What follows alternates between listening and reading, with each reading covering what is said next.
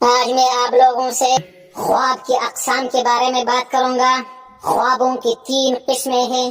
سب سے پہلا قسم جس کے بارے میں رسول اللہ صلی اللہ علیہ وآلہ وسلم نے فرمایا ہے، قال رسول اللہ صلی اللہ علیہ وآلہ وسلم لم يبق من النبوة إلا المبشرات قالوا وما المبشرات قال الرؤيا الصالحة۔ رسول اللہ صلی اللہ علیہ وآلہ وسلم نے خواب کی سب سے پہلے قسم کے بارے میں فرمایا ہے کہ میرے بعد نبوت ختم ہو گئی ہے، الا المبشرات، مگر صرف اور صرف مبشرات باقی ہے۔ تو صحابہ کرام نے سوال کیا، یا رسول اللہ صلی اللہ علیہ وسلم مبشرات کیا چیز ہے؟ تو رسول اللہ صلی اللہ علیہ وسلم نے فرمایا کہ وہ الرؤیا الصالحہ، وہ نیک خواب ہے۔ نیک خواب جس کو رسول اللہ صلی اللہ علیہ وسلم نے مبشرات کہا ہے۔ تو ایک تو وہ نیک خواب جو مومن مسلمان دیکھتا ہے، جیسے رسول اللہ صلی اللہ علیہ وسلم نے اس کے بارے میں دوسرے حدیث میں فرمایا ہے، قال رسول اللہ صلی اللہ علیہ وآلہ وسلم، رسول اللہ صلی اللہ علیہ وسلم نے فرمایا ہے، اذا اقترب الزمان لم تکد تکذب رؤیا المؤمن، کہ جب قیامت قریب ہو جائے گا مومن کا جو خواب ہوگا وہ سچ ہوگا۔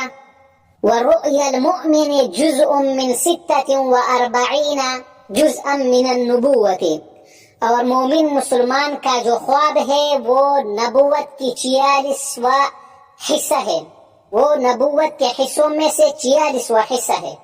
تو اس لحاظ سے خوابوں کے 3 اقسام ہو گئے۔ ایک وہ خواب جو اللہ سبحانہ و تعالیٰ کی طرف سے ہو، اور دوسرا خواب جو شیطان کی طرف سے ہو، اور تیسرا وہ خواب جو اپنے نفس کی طرف سے ہو۔ تو جو اللہ سبحانہ و تعالیٰ کی طرف سے جو خواب ہے، یا تو وہ مبشرات میں سے ہوگا، یا وہ تحذیر میں سے ہوگا، یا تنبیہ میں سے ہوگا۔ اس کے بھی 3 اقسام ہے۔ جو خواب اللہ سبحانہ و تعالیٰ کی طرف سے ہے، اس خواب کے بھی 3 اقسام ہے۔ سب سے پہلا قسم وہ مبشرات، خوشخبری دینے والے میں سے ہوگا۔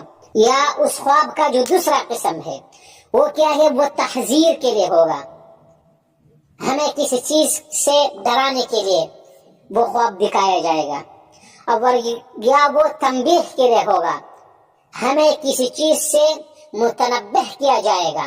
اور جو دوسرا خواب ہے وہ شیطان کی طرف سے ہے، اور شیطان کی طرف سے وہ جو خواب ہے، تو علماء نے لکھا ہے، رسول اللہ صلی اللہ علیہ وسلم نے خود فرمایا ہے کہ آپ جب اس طرح کے خواب دیکھو تو آپ کیا کرو، آپ بائی کروٹ لو، اس مصیبت اور آفت کی پناہ اللہ سبحانہ و تعالیٰ سے مانگو، اور اگر ہو سکے تو آپ 2 رکعت نماز پڑھ کے اللہ سبحانہ و تعالیٰ سے اس آفت اور مصیبت کی پناہ مانگو۔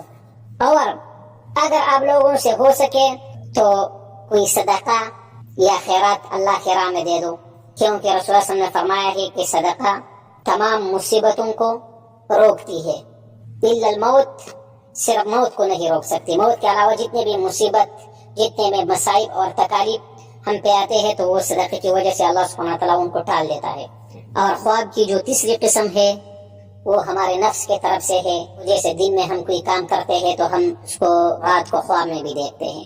ہم جن چیزوں میں دن کو مشغول ہوتے ہیں، یا جن کاموں میں ہم دن کو مشغول ہوتے ہیں، تو وہ چیزیں ہم رات کو خوابوں میں بھی دیکھتے ہیں۔ تو یہ ہمارے اپنے نفس کی طرف سے ہے۔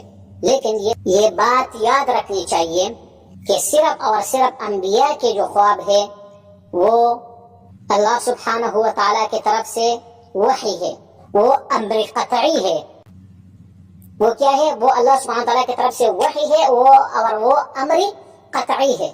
اور انبیاء کے بعد جتنے بھی لوگ ہیں، چاہے وہ مسلمان ہو چاہے جو بھی ہو، اس کے خواب ہمارے لیے کوئی شرعی دلیل نہیں ہو سکتا۔ اگر آپ لوگوں نے شرعی دلیل بنانا ہو یا لینا ہو تو وہ صرف انبیاء کے خواب ہے، ٹھیک ہے؟ صرف اور صرف انبیاء کے خواب کیا ہے؟ وہ وحی ہے، وہ ہمارے لیے شرعی دلیل ہو سکتا ہے۔ جیسے ابراہیم علیہ السلام نے حضرت اسماعیل علیہ السلام کو خواب میں دیکھا کہ میں آپ کو ذبح کرتا ہوں۔ جیسے رسول اللہ صلی اللہ علیہ وآلہ وسلم نے خواب میں دیکھا تھا کہ ہم مسجد حرام میں عمرہ کرنے کے لیے گئے ہیں، یا جیسے حضرت یوسف علیہ السلام نے خواب میں دیکھا تھا۔ اور صرف انبیاء کے جو خواب ہے وہ وحی ہے، وہ حکم شرعی ہے، وہ امر قطعی ہے۔ اور انبیاء کے علاوہ جتنے بھی لوگ ہیں ان کے خواب کوئی شرعی دلیل یا ان کے خواب میں اگر اس طرح کی کوئی چیز ہو تو وہ ہمارے لیے کوئی کیا ہے، امر قطعی نہیں ہے، ٹھیک ہے، اور نہ عام لوگوں کی خواب ہمارے لیے کوئی شرعی دلیل ہے اور نہ ہمارے لیے شریعت کی کوئی حیثیت رکھتا ہے۔ لہذا یہ ویڈیو اگر میں دلائل دیتا رہو تو یہ لمبی ہوتی جائے گی، تو میں اسے پہ اکتفا کرنا چاہوں گا۔ وما علینا الا البلاغ۔